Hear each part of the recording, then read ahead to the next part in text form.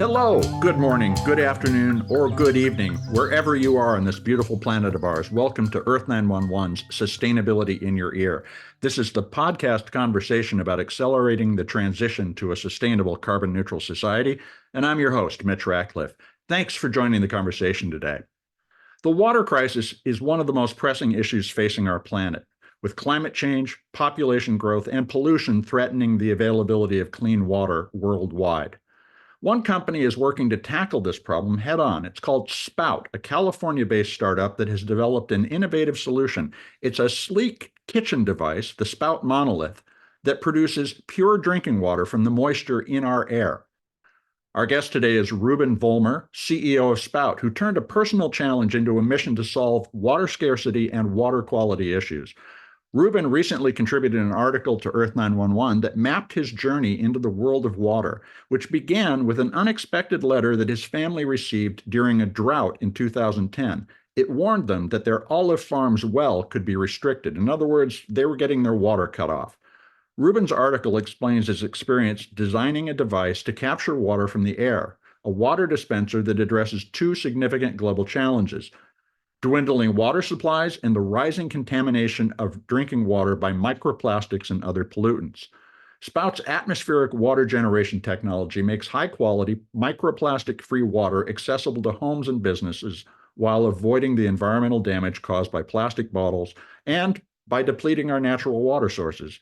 We'll talk to Reuben about the technology that makes Spout work, how the company ensures its water remains free from contaminants like microplastics, and the broader impact his work could have on water security in a world where clean, safe drinking water is becoming increasingly scarce. You can learn more about Spout and its technology at spoutwater.com. We'll get to the conversation right after this quick commercial break. Welcome to the show, Reuben. How are you doing today? I'm doing great. How you doing? It's a beautiful morning here in Southern Oregon. I wanted to ask, because you had this startling note to your family saying the water on your olive farm was going to be cut off. How did that catalyze the experience of designing an atmospheric water condenser and all the work that you've put in to get to where you are today? Yeah, I mean, it scared me because never in my life has anyone I've known personally been in that position before of all of a sudden not knowing if they were going to have water on their property. Mm-hmm. So it was really terrifying. And but by chance, at the time, I was working as a rapid prototyper for Fortune 500 companies.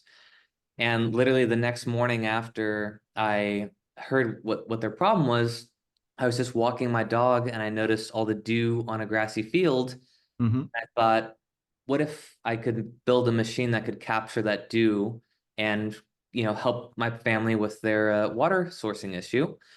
And once I realized that there's a lot of people around the world who don't have access to water, I've decided to make that into a product that could help a lot of people. Now, it's a kitchen countertop device. Can you describe it for us? Yeah, so it's about the size of a large coffee maker. And essentially, what it does is it brings in air with a big fan. It filters the air with a carbon felt and a MERV 13 air filter, which is just like a hospital grade air filter. And then there's a clay wheel, which absorbs the water vapor out of the air.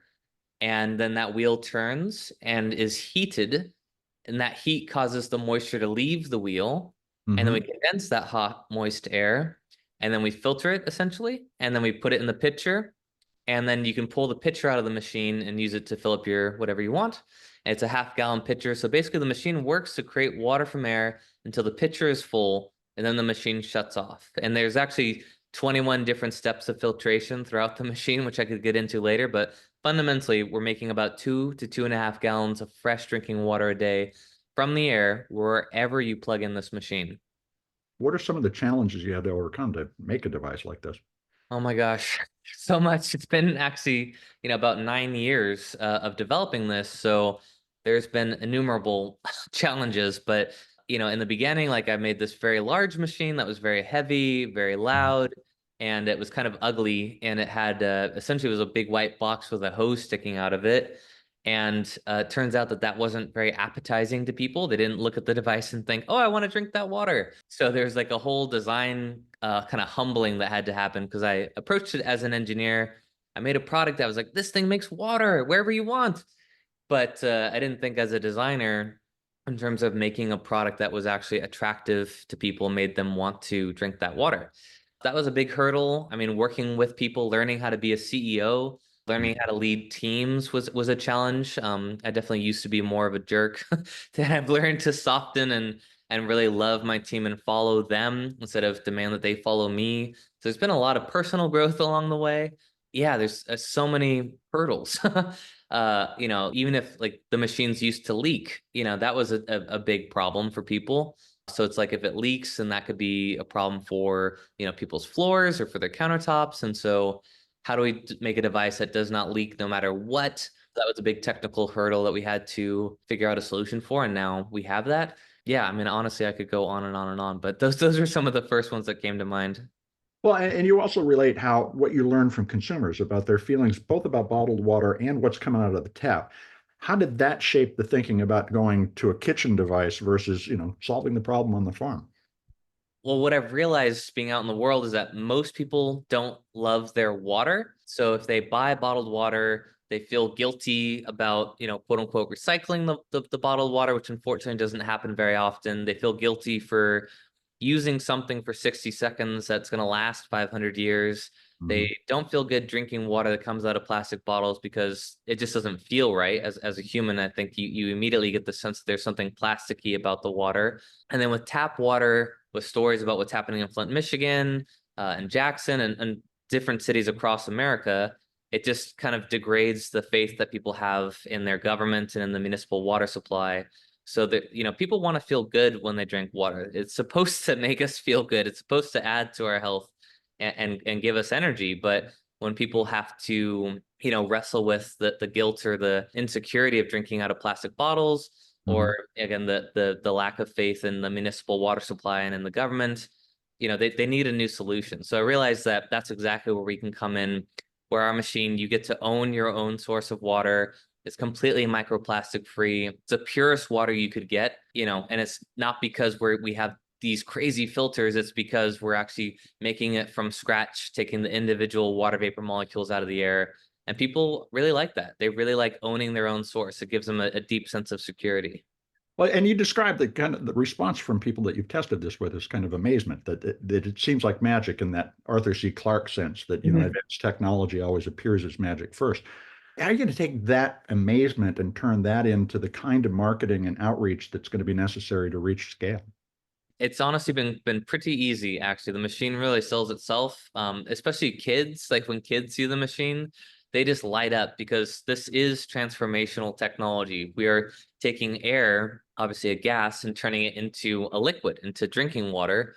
And that process is inherently, I think, almost literally magical. And Mhm. we're incredibly proud of that. And again, just to be able to plug it in and watch the pitcher fill up with water over the course of a few hours just really excites people. And the coolest thing is when people have the device in their home and they plug it in, whenever they have a guest over, it's like the first thing that they bring their guests over and go, look at this thing, isn't this incredible? And that also really helps us, with sales and just the word of mouth spread of the machine. Magic doesn't come cheap. The monolith now is priced at $799. That's a steep entry point for a lot of people. How do you anticipate the price changing over time? And do you see the technology being integrated into other things like refrigerators and so forth in order to bring this to the masses? Absolutely. Yeah. I mean, there's a few things we can do to lower the barrier to entry. We do have sales every couple months, it seems like, and we'll give you a special discount code at the end of the Mhm. podcast. But we also are exploring a way that we could have like a subscription service where every month perhaps a user pays $30 and they're able to own their own source of water for that price. Over time, we can lower the price of the machine. Right now we're a startup and we're having to fundraise money from investors. We just finished paying essentially $500,000 for all of the molds, and how do we make the molds before we sell the product and all these things. Mhm. So it's like we have to justify our revenue and all that stuff. And so the price point is really set as a way to prove to investors that people are willing to pay for this. But also the crazy thing is that with a spout machine, you actually pay less than if you have water delivery or bottled water. So the price Mhm. per liter is significantly cheaper than a plastic bottle of water. Yeah. So it may be a lot more upfront cost, but over time, over the course of a year, it pays for itself a few times over. Bottled water has some other shortcomings. Tell us about what the microplastics research that you did on bottled water. Yeah, I mean it's incredible that I'd never seen this before, but I've got this incredible microscope on my desk, a Leica, and it's got 400x zoom on it. And what I did is I just took a plastic bottle that I got at 7-Eleven. I think I don't want to say the brand, I guess. I don't want to. Yeah, I cut open the bottle and then I was looking at it under the microscope, and it was literally terrifying. It looks like an alien landscape. I don't want to be alarmist, sorry, but it is like literally freaky. But essentially, like what I saw is that it's incredibly rough on the inside. Like you look at the plastic bottle, it looks shiny, it looks clean, but under the microscope, it's incredibly rough. And you can literally see that what a plastic bottle is somebody taking a piece of plastic, melting it, stretching it out. It's just a Mhm. piece of melted plastic that's been stretched out into the shape of a bottle. And if you can imagine like stretching silly putty in a way, how it gets all kind of rough and breaks apart, Mhm.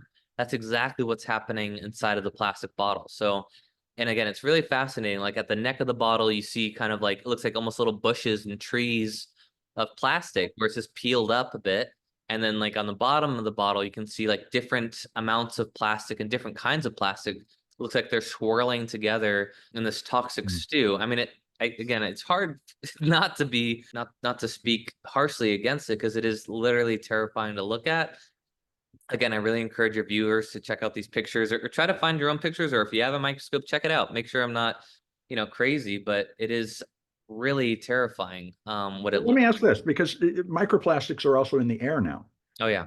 How does the spout device remove that? And does that require that you have a filter in it that you have to change over time? I'm just curious about the maintenance involved.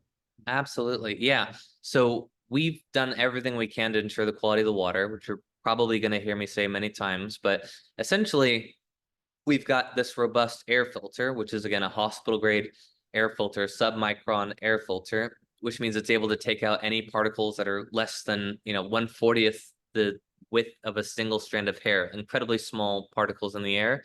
Our air filter reduces PM 2.5. We've proven that. So this machine actually acts as an incredible air filter for your home on top of everything else. That helps removing any microplastics in the air. And then we have this zeolite, the clay wheel, which only absorbs water vapor. So that helps again. That's another barrier. Mhm. And then we have this, heater, which bakes the wheel, which again would break down anything that would potentially stick to it, even though we don't have any evidence that anything does stick to it. And then we have our NASA-derived water filter, which is again another sub-micron filter and a powder-activated carbon. And essentially, there's just so many different layers of filtration in our machine that's how we are very proud to produce water that has zero microplastics. Yeah, it's something we care a lot about. It's really interesting, actually, the process, particularly the clay wheel, it absorbing and then being baked to take the moisture out. Sounds a lot like some of the carbon capture technology that Hmm. I'm hearing about too, where Yeah. you do a treatment, you then heat the block of treated material to bring the carbon out. Also sounds like there's going to be a lot of standardization of that kind of technology over the next few years, and that could, to my earlier question, help propagate this into a lot more settings. Yeah, I mean it's really it's crazy because it's in a way it's a very simple technology that's been around for a long time, but we've Mhm. done a whole bunch of things to make it more efficient and smaller and quieter and something that consumers would want to buy. But yes, it is a cyclical process, the same Mhm. process that they use for removing CO2 out of the air, where you are able to continuously do something because you actually have a wheel that's rotating, and then Yeah. 3/4 of the wheel is open to absorb water vapor and a quarter of the wheel is closed off with a totally separate airflow to remove the water vapor or CO2 Hmm. or any other gas that you're trying to trap in that cycle. So yeah, it's really cool. I'm super proud of our design. It's taken, it took us about 7 years to get to the point of realizing that we need a cyclical system. Yeah, so we're very proud of the system, and it is patented as well. So before we go to a break, you're taking pre-orders right now. When does the device ship? We're taking pre-orders. We've taken 2,600 pre-orders in the last year. We're shipping the device in December 2024. I'm not sure when your listeners are going to have the chance to listen to this podcast, but by December 2024, we will have shipped our first 1,000 machines. Those are being prepared now. And yeah, that's the plan. Well, we'll take a quick commercial break and come back and continue the conversation. Phenomenal.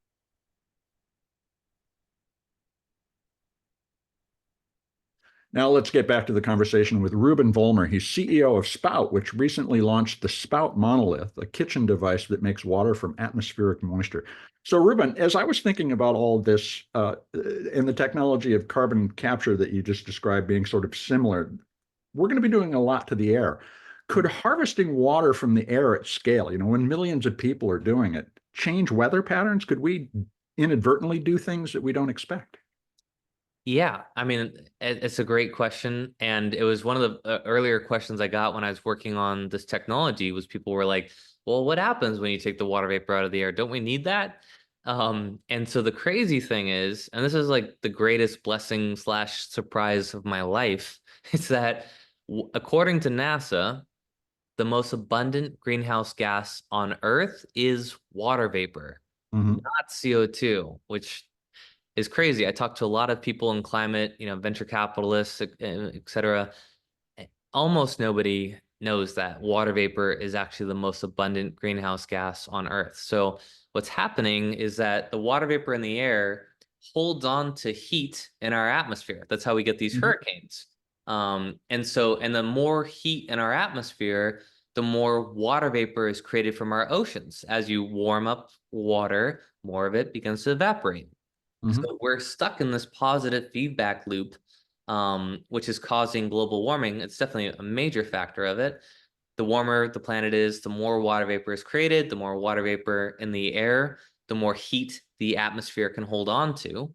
Mm-hmm. And so what we are literally doing is taking the most abundant greenhouse gas on Earth and turning it into our most precious natural resource. So all that to say, as far as we can tell, at the very least, we have that one marker of like water vapor Mm-hmm. not helping us. So I would say it's not a problem. And if I can't imagine if it would be a problem what we'd do, but I'm not concerned about it since it is number one, the most abundant greenhouse gas on Earth. Well, it's interesting because one of the consequences of global warming is that there's more atmospheric moisture. To your point about hurricanes, for instance, that's why extreme weather happens, is different concentrations of this material than before. Talking about just the really challenging water environment, even here in the United States, where we think of ourselves as being at the pinnacle of technological accomplishment, we have a lot of water contamination problems. How do you see your mission aligning with this growing awareness amongst consumers and government about the dire quality of water available in the United States? Can we potentially even see incentive programs or rebate programs put in place in order to help get this kind of technology into more people's hands? Absolutely. I mean, that's exactly the plan. I mean, right now, 40% of Americans don't trust their tap water, which is driving them to bottled water and water delivery, which is significantly worse for the environment. Obviously, I think most of your listeners probably know that. So we fit in exactly into this paradigm where we are not creating plastic bottles. We don't create plastic waste on a large scale at all, and we don't have any CO2 emissions from water delivery. And we are also a fraction of the cost of these other options. So I think that there's a lot of alignment there.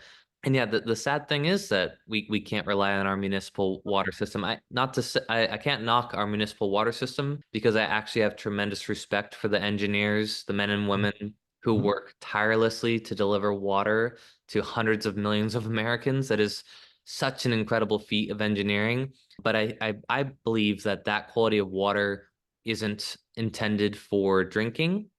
Like according to the EPA, it's okay to drink lead. It's okay to drink arsenic. It's okay to drink uranium. Like there's a level where you're allowed to consume these chemicals that we know are toxic to the body and the mind. So, it's just that alone has me not have any faith really in the tap water. The fact that they set the standards to what they can achieve, not to what's actually safe to drink. Mhm. Again, that's where we step in, where our goal isn't just to get under the standards and call it a day. We are on a mission to make the greatest water on Earth, full stop. So how do you balance the sustainability goals that you've outlined, the reduced use of plastic and so forth, with the impact of the device itself? Obviously, you have to use electricity to run this thing. Have you looked at the full life cycle impact of the device versus a bottle of water, for instance? Yeah, I mean, we've done the best that we can. We're just again getting through our first manufacturing run, Hmm. so I think those tests are going to begin shortly. But fundamentally, you plug in our machine, you have 2 or so gallons of water a day. That versus that would be like 16 plastic bottles, maybe more, Hmm. depending on the size of the bottle. Which again, those every one of those bottles would last for 500 years, or if they're part of the lucky 5% that gets recycled, then then they're lucky. But Well, and each of them has a carbon impact, an embodied carbon impact of its own, yeah, just from making the bottle. exactly. Yeah, because they have to mine the oil out of the ground. They've got to ship that oil to a refinery. They got to blow it into plastic. They got to ship the plastic bottles to the source of the water. And then they're taking water that should be going to, our environment, Hmm. to our ecosystems, and they're putting it in plastic bottles. And then, of course, there's a CO2 footprint of moving that plastic bottle from the bottling plant to your home or to the grocery store, and from the grocery store to your home. I mean, it's just I want to say it's like a murder scene, for the environment, this whole plastic bottle fiasco. And then It, with, yeah, our yeah. entire economy. Let's get real. Yes, thank you. Thank you. Yeah, it's a scary time to be alive. And that actually reminds me, another reason why people are buying these machines is because they don't trust the government and they feel like everything's about to implode. And so they want to they have solar panels. 25 or 28% of our customers have solar panels and are Hmm. living off of solar. So we pair very nicely with anyone who has solar, because now you have your own electricity and your own water in case things get really ugly. So that's another thing that's driving people to get our machine. But yeah, I'd still say fundamentally, again, like the footprint of our machine is significantly less than plastic bottles for sure, or water delivery, because we're not creating and using plastic continuously. Now, you spent a lot of time on the aesthetic design of the device, but I asked you about this earlier and we actually didn't get to an answer. Do you imagine integrating this technology into other things, large appliances, for instance, or offering water refill stations or other things in public settings that you could move into as a business opportunity? Absolutely. Like fundamentally at our core, our technology revolves around making water right where it's needed. So Hmm. that could plug into absolutely everything you just said, essentially, from being built into refrigerators to rooftop devices that can create water for the whole home to farms. When I initially, again, I got into this because of my parents' olive orchard having its water rights threatened by the state. And the coolest thing is that what I learned, for farms in particular, is that it's possible we can have a water neutral farm in the future. And even Hmm. today we can do it. And we've experimented with it a little bit, but the crazy thing is that, plants, they don't just drink the water and that water disappears or gets fully absorbed into the plants. Plants actually use water to move nutrients from their roots up to their leaves to Hmm. grow. And then they exhale that water vapor back into the air. So we can recapture that water vapor that the plants are exhaling and feed it back to their roots and be able to grow plants without having using water over and over again from natural resources. So I'm very excited about that potential. Could that work in a closed environment like a greenhouse? Exactly, exactly. That's exactly what we're talking about. Yeah. So your team obviously is still small because you're a startup. How do you diversify into all these opportunities? What's the path to doing so? And are you having to raise money in order to do that? Yeah, so it's really the hardest thing is not to do those things because we want to, because they're exciting. But also we have, yes, limited budget, time, team, all that stuff. So my approach as CEO has been to just go one step at a time. We Mhm. got to first deliver these first 1,000 machines to our customers, and then second thousand, up to 8,000 or so machines. And then we can start talking about the next iteration. And there's other integrations of our technology that I haven't mentioned on this call that are incredibly unique, that are very exciting, that I just can't wait to bring to the world. It will be interesting to hear about that when it happens. I won't press you for those details at the moment, but Tell me about, how do you market this?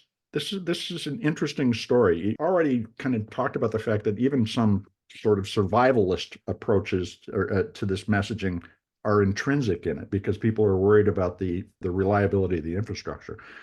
How do you sell something like this to a world that is not aware of the fact that you can make water from air? It's honestly so much fun. Luckily, because I worked in advertising and marketing for years, I've got a few tricks up my sleeve, some things I've learned along the way. But like we're you know, we've done a bunch of different advertising campaigns, but fundamentally, I think that we were able to win people over by mocking their current solution. So we were just doing this ad where there's a woman, buying a pallet of water at Costco, and she's pushing her cart back to her car, and the car keeps getting further and further away as she's walking towards it. And then, by the end, she's like crawling on the ground trying to push this pallet of water forward. Or it's all these funny moments that we have in our lives where we just know that the water situation doesn't make sense. Whatever gets in between somebody loving their source of water, we can target and kind of reflect for people, because people don't want to think that their Brita is ineffective. They want to think that their Brita is making fresh water for the people that they love in their lives. Have you ever tested water from a Brita? Because we have, and you don't really want to know what's in it. Unfortunately, Yeah. it's again quite terrifying to look at what Britas do to the water or don't do. But in terms of filtering PFAS, lead, all these other things, I would not personally count on that for the health of my family. And fundamentally, the issue is that tap water is different out of every spigot in the world. So, Reuben, you're taking orders now, and the first units are going to ship this December. How can our listeners learn more and get their own Spout monolith?